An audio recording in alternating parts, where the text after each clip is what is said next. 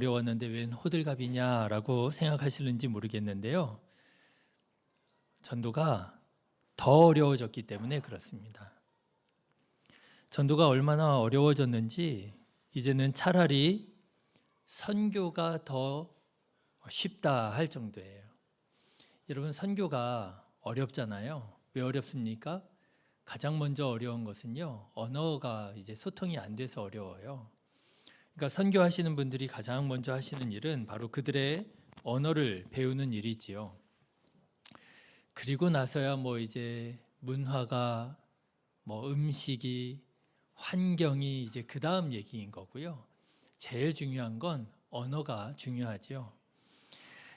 선교가 어려운 것은 소통이 잘 안 돼서 선교가 어려운 거였어요. 그런데 왜 전도가 선교보다 더 어렵다고 하느냐? 전도는 그래도 소통은 되잖아요. 근데 왜 어려우냐면요, 소통이 너무 잘 돼서 어렵습니다. 소통이 너무 잘 돼서 전도가 어려워요. 여러분, 요즘에 교회에 대한 온갖 좋지 않은 소문이 한국 사회에 파다하게 퍼져 있습니다. 그죠?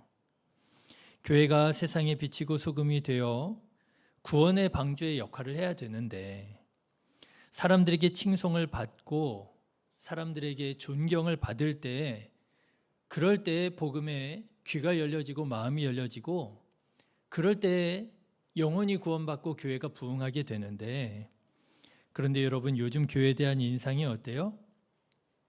교회가 세상의 구설수에 오르고 사회적인 물의를 일으키고, 그래서 지탄을 받고 있다 보니, 그러다 보니 소통이 너무 잘 돼서 온갖 교회에 대한 좋지 않은 소문들이 파다하게 퍼져 있다 보니까 이제 전도가 정말 더 어려워진 그런 상황이 되었습니다.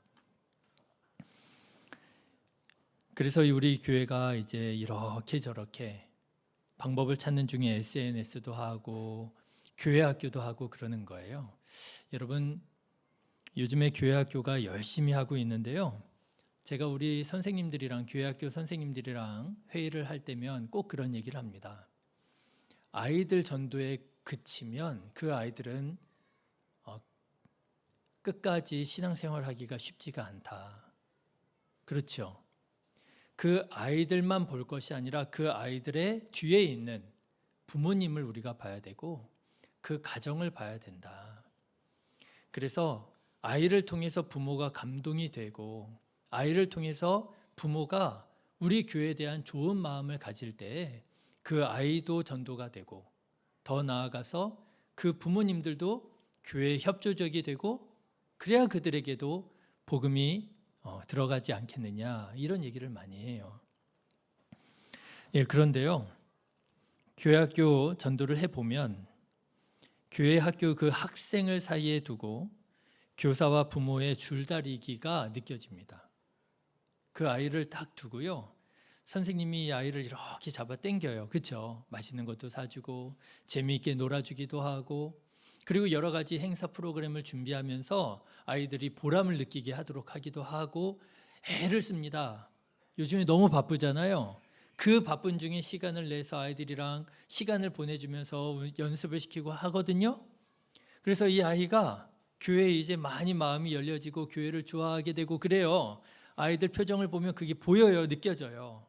그런데요, 그럴 때쯤 되면 뒤에서 부모가 아이를 쫙 잡아당기는 게 느껴져요.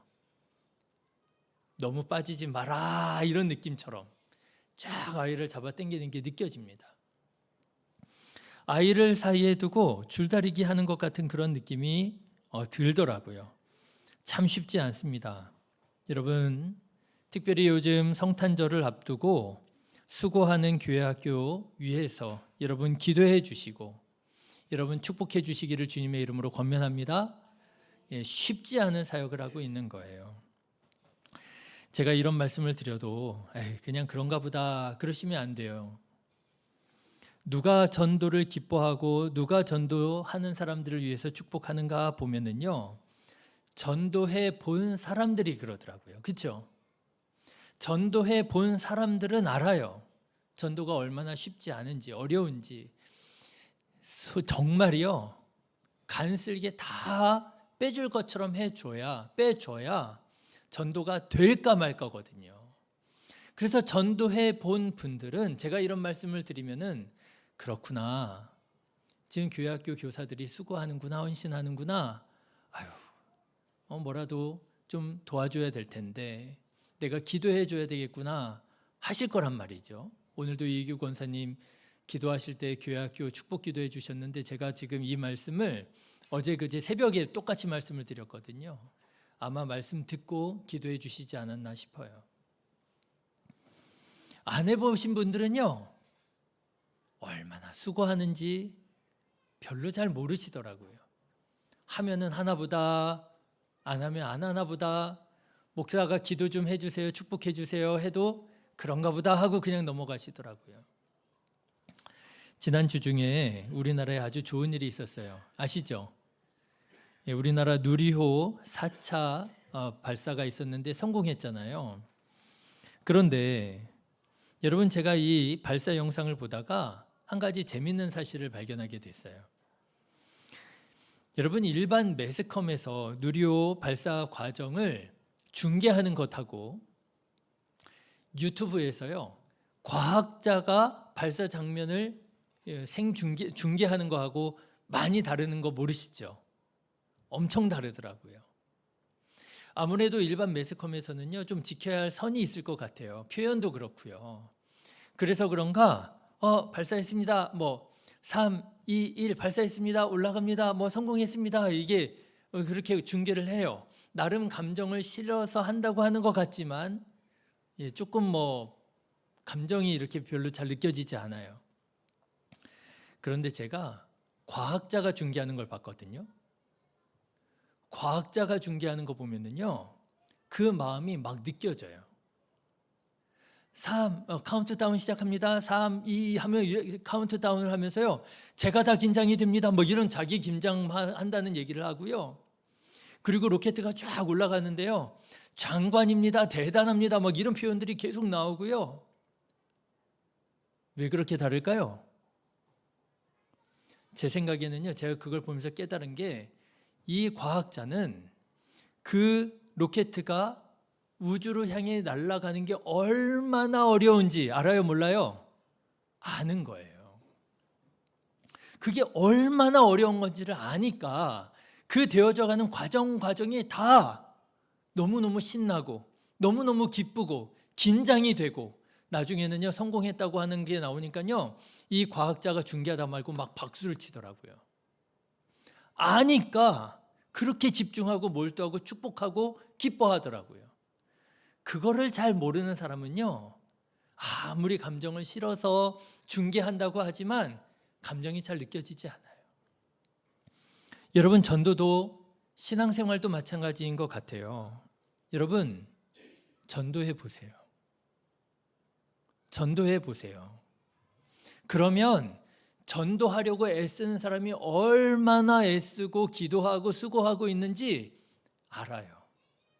그래서 전도하고자 하는 사람들을 보면은요, 축복하라고 하지 않아도 축복하는 마음이 생겨요. 도와줄 게 있는가, 내가 도와줄 게 있는지 찾아보게 되고요. 여러분, 전도하시기를 주님의 이름으로 축원합니다.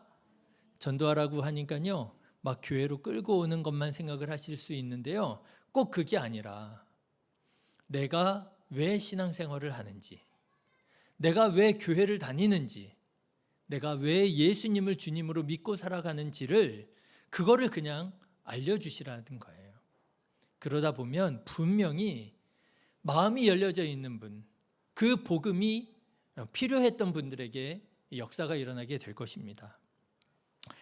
자, 여러분, 이렇게 꼭 교회학교 교사들 만나시면 수고한다고 칭찬해 주시고 격려해 주시고 축복해 주시는 우리 성도님들 되시기를 바랍니다.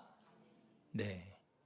자, 그렇다면 이렇게 전도가 어려운 시기에 어떻게 복음을 전하고 어떻게 전도를 할 수 있을까? 예수님께서 우리 모두에게 맡겨주신 사명이 있잖아요. 땅 끝까지 이르러 내 증인이 되라. 땅 끝까지 이르러 내 증인이 되라. 어떻게 이 사명을 감당할 수 있을까요? 저는 전도의 중심은, 전도의 핵심은 여전히 교회라고 믿습니다. 교회에 문제가 많아서요. 교회에 문제가 많아서요. 그래서 전도의 문이 닫혀져 있는 것 같고, 그래서 전도가 안 되는 것 같지만, 그래도 전도하려면 우리가 교회에 더 집중해야 된다라고 하는 거예요.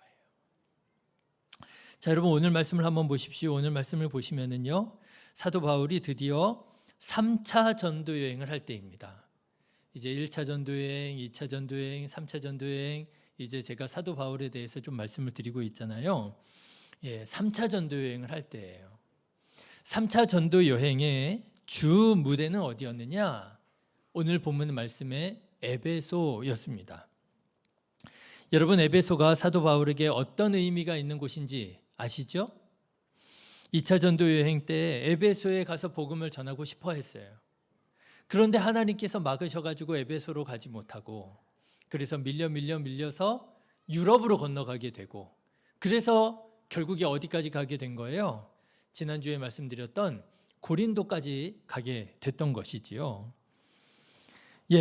그런데 이제 사도 바울이요, 고린도에서 그 선교를 마치고 예루살렘으로 돌아가는 길에 그때 에베소에 잠깐 머물게 됩니다. 그래서 복음을 전하게 되는데요. 복음을 전하는 중에 제법 반응이 좋았어요. 믿는 사람들이 생겨나고요. 그렇지만 사도 바울은 그 원하던 에베소에서의 선교를 오래 하지 못합니다. 마음에 원했던 바가 있어가지고요, 에베소에서 사람들이 붙잡고 우리에게 더 하나님의 말씀을 가르쳐 달라고 하는데도 불구하고 사도 바울은 눈물을 머금고 그야말로 에베소를 떠나서 예루살렘으로 돌아가게 되죠. 아마도 그때 사도 바울의 마음이 많이 미안했던 모양이에요. 그래서였는지 이제 3차 전도 여행을 준비를 하고 3차 전도 여행을 하게 되는데요, 윗지방으로 지나서 그리고 에베소에 이제 들어가서 복음을 전하게 됩니다. 자, 그런데요, 이번 3차 전도 여행 때 에베소에서의 사도 바울의 전도를 보면은 전에 1차와 2차 전도 여행과 많이 다른 점들을 보게 돼요. 여러분, 1차 전도 여행, 2차 전도 여행 때는 사도 바울이 어떻게 복음을 전했느냐 하면은요, 복음 전하고 또 다른 데 가서 복음 전하고, 그렇죠? 그리고 또 다른 데 가서 복음 전하고, 핍박을 받으면 피해서 또 다른 데 가서 복음 전하고, 이렇게 순회하면서 복음을 전했었어요. 그러다가 여러분 2차 전도 여행 말미에 고린도에서 성령께서 머물라 하셔가지고요, 거기에서 1년 6개월 머물면서 이제 복음을 머물면서 전하게 되었더랬었죠. 그런데요, 3차 전도 여행 때는요, 완전히 달라집니다. 사도 바울이 아예 에베소에다 자리를 다 깔아요. 여기를 선교 기지 삼아서 여기에서 이제 정주 목회를 하듯이 그렇게 복음을 전하면서 에베소 교회만 돌본 것은 아니지요. 그 가운데에 이제 마게도냐도 다녀오고 고린도도 다녀오고, 어쨌든 선교의 중심지를 에베소로 삼아서 3차 전도 여행을 진행을 하게 됩니다. 여러분, 왜 사도 바울의 이런 전도하는 방식이 달라졌을까요? 1차, 2차 때까지만 해도 순회 설교자처럼 복음을 전했잖아요. 이렇게 막 돌아다니면서. 그런데 여러분, 왜 3차 때에는 이제 그렇게 순회하듯이 하지 않고 에베소에 딱 정착해서 마치 목회하듯이 그렇게 복음을 전했을까요? 저는 말씀을 묵상하는 중에 사도 바울이 그렇게 머물면서 교회를 힘있게 세워야 할 필요를 느꼈겠구나라고 깨닫게 되었습니다. 여러분, 사도 바울이 복음을 전했습니다. 복음을 전했더니요, 믿는 자들이 생겨났어요. 그 믿는 자들이요, 교회를 이루게 되었습니다. 그런데 교회를 세우는 게 끝이 아니더라는 거예요. 교회를 세워 놓으면 그 교회가 은혜롭게 성장하고 힘있게 부응해서 하나님께 영광 돌려드릴 줄 알았겠지요. 그런데 그게 아니더라는 거예요. 교회를 세웠다고 끝이 나는 게 아니라 그 교회 안에 여러 가지 문제들이 일어나더라고 하는 거예요. 빌립보 교회에는요, 여선교회 회장님들이라고 할 수 있는 유오디아와 순두개가 마음이 같지 않아서 서로 갈등하고 서로 어려움을 당하는 그런 일들이 일어나게 됩니다. 그런가 하면 데살로니가 교회에는요, 가혹한 핍박 속에서 그들의 신앙이 왜곡이 일어나게 돼요. 너무 핍박을 강하게 받다 보니까 종말론 사상의 경도가 됩니다. 그렇겠지요. 현실이 너무 어려워요. 그러다 보니까 그냥 이 세상 빨리 좀 망했으면 좋겠다. 빨리 그냥 하나님 나라 왔으면 좋겠다 이런 생각이 들 수 있잖아요. 그런데 그 마음이 그들의 신앙을 왜곡을 시키는 거예요. 건강한 신앙생활을 하지 못하게 만들더라는 거예요. 고린도 교회에는요, 온갖 성령의 은사로 풍성한 중에 이게 절제가 안 되고 컨트롤이 되지 않아 가지고요, 무질서하게 되더라고 하는 거예요. 자기를 드러내게 되고요. 그래서 고린도 교회 안에 4개의 파당이 만들어져서 서로 또 갈등하고 반목하고 어려움을 겪고 있더라고 하는 것이지요. 그런가 하면 골로새 교회에는요, 천사 숭배 사상이 들어와 버렸습니다. 천사 숭배 사상이 교회 안에 들어와 가지고요, 하나님을 믿는다고 하는 그리스도인들이 천사를 숭배하고 있는 거예요. 이단이 들어와 가지고 교회가 어지러웠고요. 갈라디아 교회에는요, 율법주의 이단이 또 들어와 버린 거예요. 믿음으로 구원을 받는다. 우리가 이걸 믿고 신앙생활을 해야 되는데 믿음으로 구원을 받는 게 아니라 율법을 행해야 구원을 받는 것처럼 그렇게 또 복음을 변질시키는 그런 이단들이 교회 안에 들어와 있는 거예요. 복음을 전하면 교회가 세워지면 그러면 될 줄 알았는데 그게 전부가 아니더라고 하는 거예요. 그 교회 안에 이러저러한 문제들이 많이 일어나는 것을 보면서 아마도 사도 바울은 교회를 치리하고 건강하게 세워야 할 필요를 느꼈던 것 같습니다. 그래서 사도 바울이요, 에베소에 아주 이제 딱 자리를 잡고 그 주변에 있는 교회들을 다니면서 또 서신을 쓰면서 그들 안에 있는 문제들을 해결해 주면서 그렇게 교회를 세우는 일들을 하게 되더라라고 하는 거예요. 네, 실제로 여러분 에베소라고 하는 곳은요, 사도 바울이 1차, 2차 전도 여행했던 곳들이 있잖아요. 그 곳들의 지도를 펼쳐보면 에베소는 딱 한가운데 있어요. 에베소는 딱 한가운데 있어가지고요, 어디로 가든지 쉽게 갈 수 있도록 사도 바울은 그렇게 주님의 몸된 교회를 세우기 위하여 에베소에 정착했던 것이 아닌가 싶은 거예요. 여러분, 교회는요, 우리 신앙생활의 문제의 원인이자 동시에 문제의 해결이 됩니다. 여러분 가만 생각해 보십시오. 우리 신앙생활에 여러 가지 문제들이 있을 수 있잖아요. 그 문제들이 주로 보통 어디에서 생기는가? 교회에서 생겨요. 맞죠?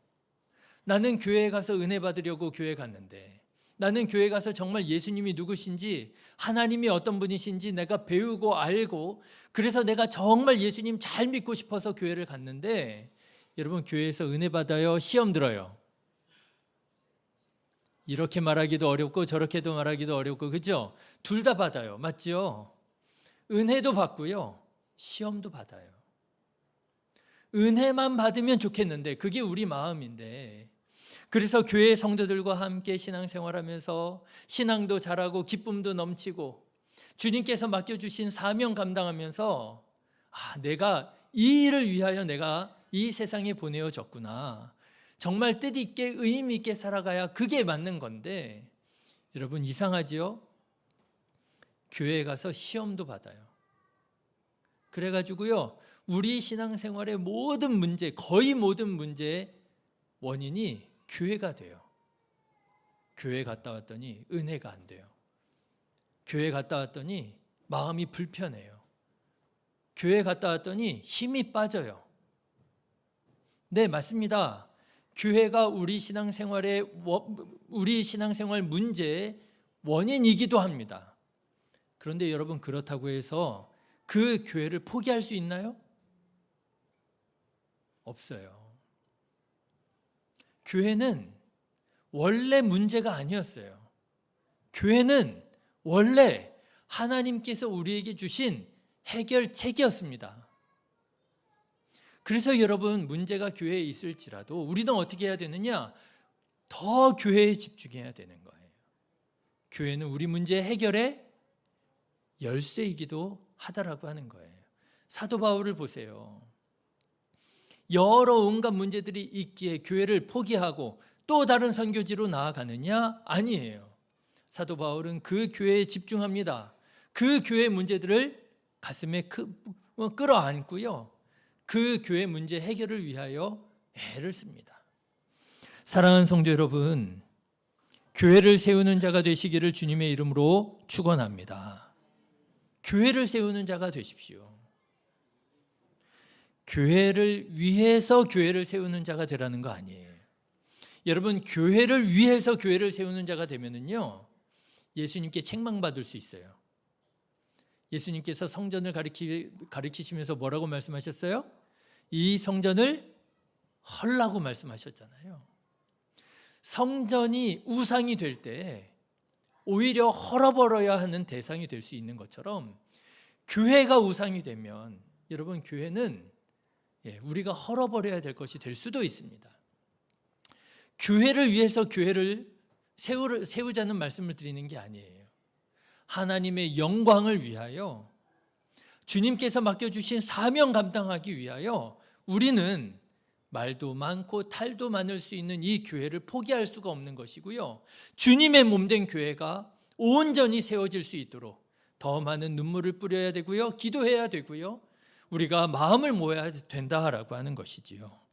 사랑하는 성도 여러분, 하나님의 영광을 위하여, 주님께서 맡겨주신 사명 감당하기 위하여 주님의 몸된 교회로 함께 이루어져 가는 우리 성도님들 되시기를 주님의 이름으로 축원합니다. 자, 그러면 사도 바울은 교회를 어떻게 세워나갔을까요? 사도 바울이 선교 전략까지 바꿔가면서 이제 에베소에 딱 자리를 깔고 머물면서 교회를 세워나갑니다. 그런데 사도 바울은 어떻게 교회를 세워나갔을까요? 오늘 말씀을 보니까요, 사도 바울은 에베소에 도착하자마자 성령님에 대해서 말하기 시작합니다. 자, 여러분 1절과 2절 같이 한번 읽어보실까요? 시작. 아볼로가 고린도에 있을 때에 바울이 윗지방으로 다녀 에베소에 와서 어떤 제자들을 만나 이르되 너희가 믿을 때에 성령을 받았느냐? 이르되 아니라 우리는 성령이 계심도 듣지 못하였노라. 여러분, 사도 바울이요, 그렇게 바라고 원하던, 그런데 잠깐밖에는 머물 수 없었던 그 에베소에 다시 돌아오게 됩니다. 그런데 이 에베소에 돌아온 사도 바울이 가장 먼저 꺼내는 얘기가 뭐였어요? 너희가 성령을 받았느냐? 이 얘기부터 하는 거예요. 너희가 성령을 받았느냐?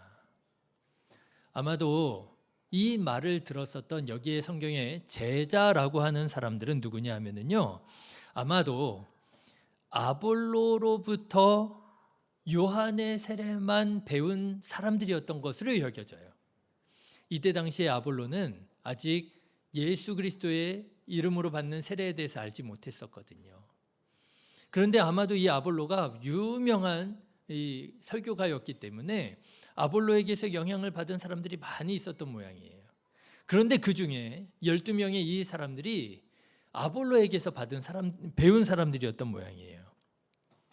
사도 바울이 에베소에 도착합니다. 사도 바울이 이 제자들에게, 12명의 제자들에게 묻는 거예요. 너희가 성령을 받았느냐? 너희가 믿을 때에 성령을 받았느냐? 이 제자들이 우리는 성령이라고 하는 분이 계시는 것도 우리가 알지 못했습니다. 그저 우리는 세례 요한의 세례만 배웠습니다라고 얘기를 해요. 그래서 사도 바울이 그들에게 기도를 해줍니다. 예수 그리스도의 이름으로 안수하여 기도해줘요. 그런데 그때 그들 가운데 성령이 임하게 됩니다. 여러분 5절부터 7절의 말씀 다시 한번 읽어보겠습니다. 그들이 듣고 주 예수의 이름으로 세례를 받으니 바울이 그들에게 안수함에 성령이 그들에게 임하심으로 방언도 하고 예언도 하니 모두 12사람쯤 되니라. 이들이 드디어 성령 세례를 받게 돼요. 그리고 사도 바울이 이들에게 하나님의 나라에 대해서 강론하게 됩니다. 그러자 에베소에 엄청난 일이 일어나게 됩니다. 귀신이 쫓겨나고요. 치유의 역사가 일어나게 됩니다. 12절 말씀을 보세요. 심지어 사람들이 바울의 몸에서 손수건이나 앞치마를 가져다가 병든 사람에게 얹으면 그 병이 떠나고 악귀도 나가더라. 귀신이 쫓겨나가는 일이 일어나고요. 병자가 치유되는 일이 일어나고요. 뿐만 아닙니다. 마술을 행하던 자들이 마술책을 버리고 불사르는 삶의 변화가 일어나게 됩니다. 19절의 말씀을 한번 보십시오. 또 마술을 행하던 많은 사람이 그 책을 모아가지고 와서 모든 사람 앞에서 불사르니 그 책값을 계산한 즉 은 5만이나 되더라. 삶의 변화가 일어나게 돼요. 여러분 이 일이 얼마나 큰 반향을 일으켰는지 모릅니다. 에베소가 유명한 곳이었거든요. 뭘로 유명해요? 아데미 신전으로 유명한 곳이었어요. 거대한 아데미 신전으로 유명하고요. 아데미 신전은 에베소 사람들의 자부심이었어요.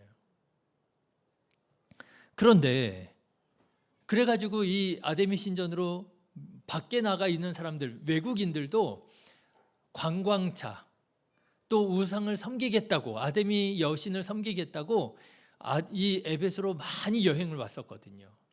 그리고 뭐 기념품도 사고요, 신상도 사고요.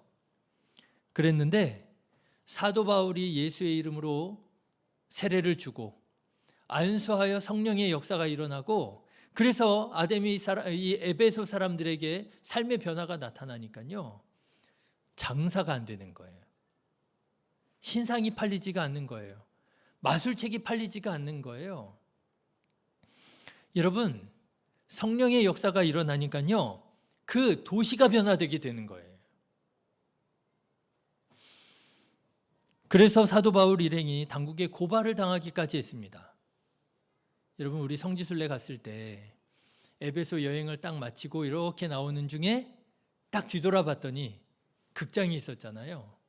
그 극장이 성경에 기록된 바로 그 극장입니다. 사람들이 그 일행을 붙잡아다가 막 고소하라고 난리를 쳤던. 여러분, 교회의 생명은 성령님이십니다. 성령님이 에베소 가운데 역사할 때 에베소에 이런 복음의 역사가 일어나고요, 에베소의 주님의 몸된 교회가 힘있게 세워지게 되더라고 하는 거예요. 그러고 보니까 여러분 이 땅 위에 첫 번째 세워진 교회가 어디였어요? 예루살렘 교회잖아요. 마가의 다락방이었잖아요. 그런데 마가의 다락방에 교회가 세워질 때도 보니까 여러분 교회라고 팻말 걸어놓고 거기에 교회가 시작된 게 아니었습니다. 교회가 어떻게 시작되었는가 여러분 생각해 보십시오. 성령께서 그 마가의 다락방에 임하심으로 그 곳이 교회가 되었어요. 맞죠? 교회 팻말 걸어 놓았다고 거기가 교회가 된 게 아니고요, 성령께서 임하심으로 거기가 교회가 된 거예요. 그럴듯한 뭔가 장식이 없었을지라도 거기에 교회라고 무슨 등기를 내거나 십자가를 걸거나 하지 않았다 할지라도 예수님의 이름으로 모인 자들이 모여서 함께 기도하고 그들이 주님의 몸된 교회를 이루었을 때 거기에 성령이 임하셨고 그곳이 교회가 되었더라고 하는 거예요. 여러분 교회의 생명은 무엇입니까? 성령님이신 거예요.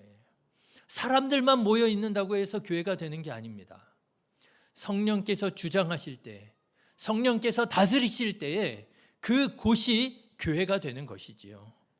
사랑하는 성도 여러분, 교회는 사람의 힘으로 세워지지 않습니다. 교회는 성령께서 임하실 때 성령의 능력으로 세워지는 것입니다. 성령의 사람 되시기를 주님의 이름으로 축원합니다. 사도 바울이 그래서 묻는 거예요.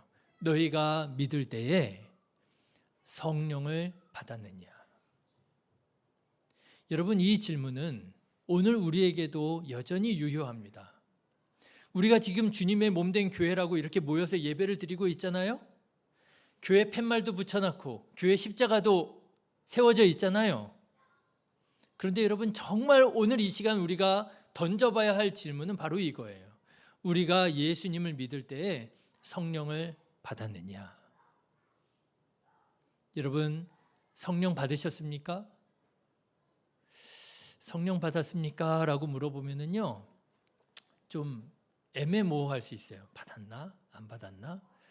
받은 분은 확실하게 나 성령 받았다고 이렇게 얘기하실 수 있는데요, 못 받으신 분들은 내가 받았나? 못 받았나? 또 애매하실 수가 있어요. 그런데 여러분, 이렇게도 말씀을 드릴 수 있어요. 여러분, 예수님께서 여러분의 삶의 주인이십니까? 여러분의 삶의 진정 주인이 예수님이십니까? 내가 정말 내 마음대로 살지 않고 내 감정대로 살지 않고 내 판단대로 살지 않고 내가 정말 나의 주 대신 예수님 뜻대로 살고 있습니까? 성령 받으셨습니까? 사랑하는 성도 여러분, 사람의 힘으로 세워지지 않습니다. 사람의 힘으로 교회를 세우려고 하다가 교회 안에 온갖 여러 가지 문제들이 일어나는 거예요. 빌립보 교회에 문제가 일어나는 것이고요, 데살로니가 교회에 문제가 일어나는 것이고요, 고린도 교회에 문제가 일어나는 것이고요. 여러분, 오직 주의 성령으로 주님의 몸된 교회를 이루어가는 저와 여러분 되시기를 주님의 이름으로 축원합니다. 그러기 위해서 우리는 열심히 기도해야 됩니다. 마가의 다락방에 성령께서 임하셨잖아요. 그런데 성경을 보면은요, 그 제자들이 모여서 한 것은 기도였어요. 모여서 열심히 기도합니다. 그런데 기도할 때 성령께서 임하셔서 그 곳이 교회가 되었습니다. 그런가 하면 여러분, 오늘 말씀 보십시오. 에베소 교회는요, 하나님의 말씀을 강론함에 그곳에 성령의 교회가 세워지게 됩니다. 여러분, 9절 말씀을 한번 보십시오. 어떤 사람들은 마음이 굳어 순종하지 않고 무리 앞에서 이 도를 비방하거늘 바울이 그들을 떠나 제자들을 따로 세우고 두란노 서원에서 날마다 강론하니라. 날마다 하나님의 말씀을 강론할 때에 그곳에 교회가 든든하게 세워지더라고 하는 거예요. 여러분, 교회를 세우기 원하십니까? 교회로 지어지기를 원하십니까? 그렇다면 여러분, 기도하셔야 돼요. 말씀 읽으셔야 돼요. 인풋이 뭐예요? 아웃풋이에요. 내가 내 삶에 기도를 채우고 내가 내 삶의 말씀을 채워야 내 입에서 뭐가 나가요? 사랑이 나가는 것이에요. 내 삶에 뭐가 드러나요? 하나님의 영광이 드러나는 거예요. 그런데 여러분, 기도하지 않고 기도를 채우지 않고 말씀을 채우지 않는다면 내가 아무리 잘하려고 해도 하나님께서 기뻐하신 일들이 일어나는 것이 아니고요, 결과적으로는 사람의 일들이 일어나게 되는 거예요. 여러분, 함께 기도하는 우리 교회 되었으면 좋겠습니다. 여러분, 함께 기도하시면 좋겠어요. 여러분, 새벽 예배 꼭 함께 해주시기를 바랍니다. 나오시기 어려우실지라도요, 일단 뭐부터 시작하시면 되느냐 하면은요, 유튜브부터 시작하세요. 다른 크고 좋은 교회, 은혜로운 말씀 찾아가지 마시고요, 우리 교회 예배부터 참여하십시오. 새벽 시간 아니어도 됩니다. 새벽 시간이면 더 좋지요만은 여러분, 새벽 예배 시간이 어려우시면 다른 시간이시라도 함께 한 말씀 듣고요. 함께 기도하는 시간을 가지셔야 돼요. 그래야 그 영이 하나가 될 수가 있는 거거든요. 여러분 유튜브로 시작하시고요. 그리고 발걸음을 옮기셔서 마침내 여러분 교회에 여러분 함께 참여하여 예배드리실 수 있게 되시기를 주님의 이름으로 축원합니다. 제가 전에 그런 말씀 드렸던 것도 기억나요. 우리 장로님들은 새벽 예배 다 참여하셔야 되고요. 권사님들은 일주일에 몇 번이요? 기억 안 나세요? 권사님들은 일주일에 몇 번이요? 3번은 참여하셔야 되고요.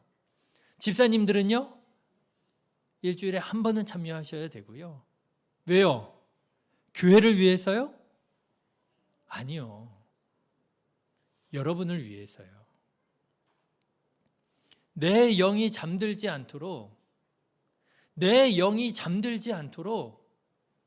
깨어 기도하셔야 되잖아요. 그러기에 있어서 가장 좋은 시간은요, 새벽 예배 시간이더라고요. 여러분 깨어 기도하시기를 주님의 이름으로 축원합니다. 여러분 말씀을 읽고 말씀을 묵상하는 자 되시기를 주님의 이름으로 축원합니다. 요즘에 교회 학교 아이들 이런 거 해요. 3줄 요약. 그래가지고요 설교를 제가 하잖아요. 그러면은 교회 학교 아이들이 제 설교를 3줄로 요약을 합니다. 그래서 제가 누구가 잘했어 이렇게 칭찬해 주면은요, 그 칭찬받은 애는 엄마한테 5,000원 상당의 맛있는 걸 사 먹을 수 있대요. 되게 지혜롭지 않으세요? 여러분 말씀을 들으십시오. 말씀을 그냥 흘려버리지 마시고요. 집중하십시오. 요약하십시오. 오늘 제가 이렇게 권면하잖아요. 우리 교회를 세워야 됩니다. 교회를 세워야 됩니다. 교회가 문제가 많지만 교회를 세워야 그 문제가 해결될 수 있는 거예요. 교회를 세우기 위해서 우리가 집중해야 될 거는 성령을 받았느냐, 내가 정말 성령의 인도하심을 따라 살아가고 있느냐, 내 마음과 내 감정과 내 생각이 아니라 주님의 뜻대로 살아가고 있느냐, 우리 그거 점검해야 된다고. 그러기 위해서라도 우리는 기도해야 되고 말씀에 집중해야 된다고 말씀드리잖아요. 그런데 여러분 이 말씀이 여러분 오후 1시만 딱 지나가도 잊어버린다고 한다면 여러분 우리는 말씀 생활을 하지 못하는 게 되는 거예요. 여러분 말씀을 기억하십시오. 필요하시면 3줄 요약하십시오. 그래서 그 3줄 요약한 거 가지고요, 한 주간을 기도하면서 말씀 묵상하면서 살아가는 거예요. 한 주간을 스스로 매일같이 나 자신에게 자문해 보는 거예요. 내가 믿을 때에 성령 받았느냐, 내가 오늘도 성령의 인도하심을 따라 살아갈 것이냐.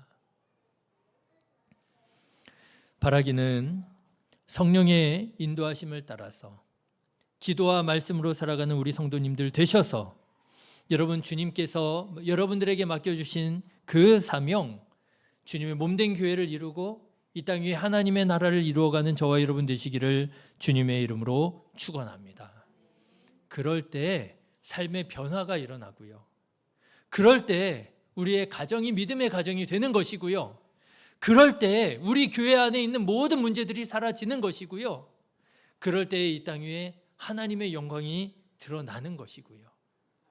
이런 귀하고 놀라운 에베소에서 일어났었던 성령의 역사가 오늘 우리들의 삶 속에서도 놀랍게 풍성하게 일어나게 되시기를 주님의 이름으로 축원합니다.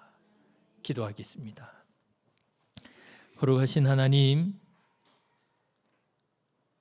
성령으로 충만하여 기도와 말씀으로 살아가기를 원합니다.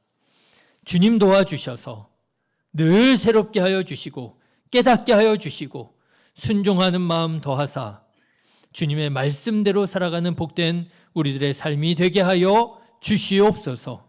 감사를 드립니다. 거룩하신 예수님의 이름으로 기도드렸습니다. 아멘.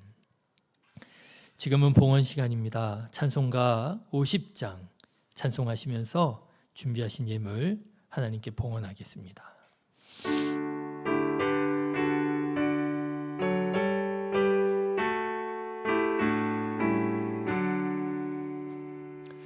내게 있는 모든 것을